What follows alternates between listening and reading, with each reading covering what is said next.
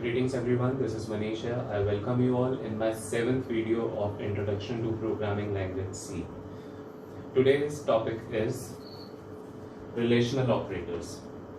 As in my previous video, I have explained that relational operators are binary operators. That means these operators also need two operands to operate on. I have made a list of relational operators: less than, greater than, less than equal to, and greater than equal to. These are 4 relational operators that are available in C, right? Less than operator. A relational operator's main purpose is to set a relation between two variables, right? So here what we are checking is whether left hand side as per the operator and then right hand side. That means left hand side is less than right hand side, right?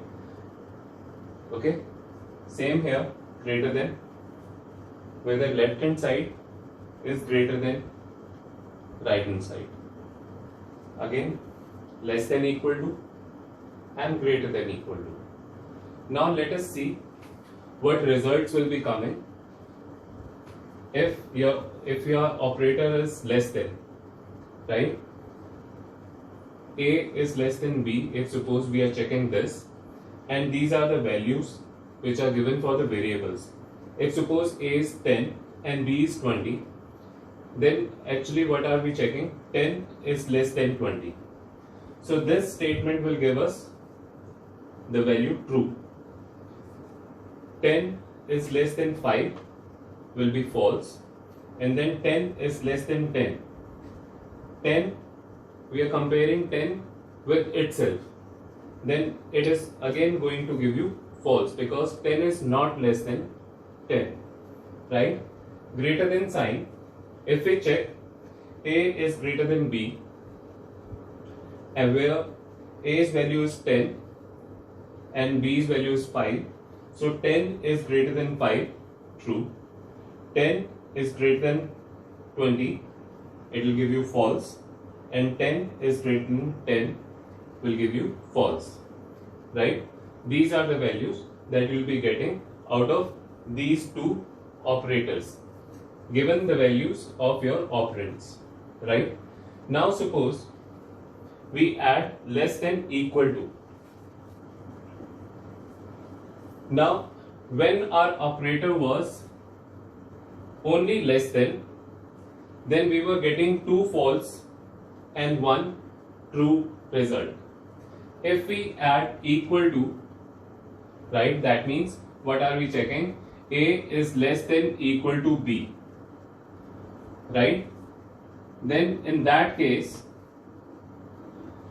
we will get true values at 2 places. One where A is actually less than B, that means 10 is less or equal to 20. So here 10 is less than 20, you will get true. Here in this statement, in third statement, 10 is less than equal to 10. Now here 10 is less than equal to 10, here we are checking whether 10 is less than or equal to 10. Now here 10 is equal to 10. Here also you will get the result as true, right? Same ways, greater than equal to, if we check A is greater than or equal to B, right, then we will get the result as true on 2 places where A is A is greater than B and A is equal to B, right? So in this case we will get the result as true on 2 places, right? Now I'm going to just change it a little bit. This is for a layman's language that you're getting true or false, right? But I'm going to change it a little bit. Wherever I have said that it is going to be, the value is going to be true, that means the value is going to be non-zero value, and wherever it is false, that means the value is going to be 0, right? Because your program or your C does not understand true or false. It just understands whether the value is 0 or whether the value is non-zero. Okay. Now let us see how can we use it in our program. Before starting with the program of relational operators, we need to learn one more concept. This concept I am explaining you in very briefly in this section of the video. In my next video, I am going to explain it in very detail. Right? This is if and the concept of if else. Right? Here I have mentioned that if this expression is true, that means non-zero, then this body will be executed. Right? Otherwise, this will be skipped. In this, if this expression is true, that means if this expression is non-zero, then this body of if will be executed. Otherwise, else body will be executed. There is no case in which both the bodies will execute. Right? Okay. So this is the concept. This concept is used where you have a set of statements that should be executed on this expression. Right? Now these expressions that we are using here, these expressions will be made out of relational operators. Right? So let us see how can we use them in our program. Let's have a look on this program. This program is comparing two numbers and finding out which one is greater number. Right? Here I have taken two integers, integer a and b. I have scanned two numbers. If you don't know how scanf statement works, you can check my previous video for this. Here in if statement, the expression is a is greater than b. Right? If this statement gives you non-zero value, that means if this statement is true, in that case, it's going to print first number is greater. Else, second number is greater. Right? So here, if a is greater than b, this statement will be printed. Otherwise, this statement will be printed. Now the output of this program is going to be like this. Enter two numbers as per the printf statement. Right? Suppose we enter 50 and 20. So first number will be assigned to A and second number will be assigned to B. Right? So A is holding 50 and B is holding 20. So here actually what are we checking? 50 is greater than 20. Now 50 is greater than 20. Right?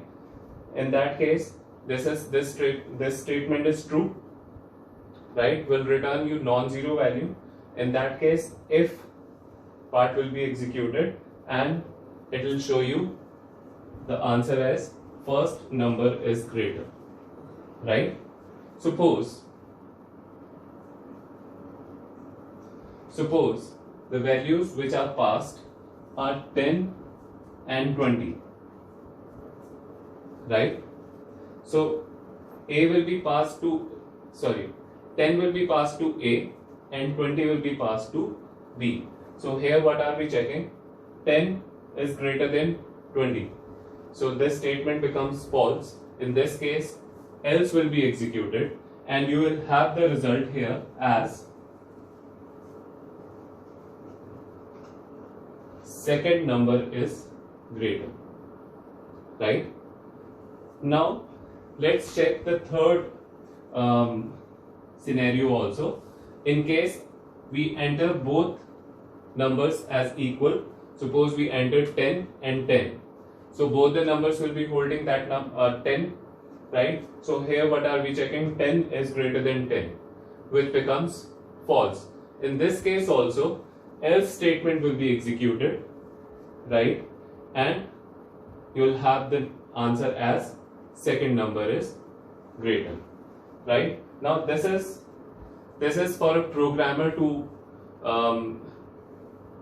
think it before what all cases can come and how he needs to handle. Right? this program is okay for the inputs where both the inputs are not equal. But if somebody enters both the numbers same, then what should we do? Right? That kind of explanation I will do in my next video. Right? By that time, you please try this program out. Try other relational operators also. Right? And we'll meet in our next video where I will explain you the decision making statements. Right? Today we have done it in very briefly. There are many more concepts with it which we are going to discuss, and we will be discussing how can we handle such kind of situations where both the numbers are given equal. Right? I hope you have enjoyed this video. Please like, share and subscribe my channel. Thank you so much for watching.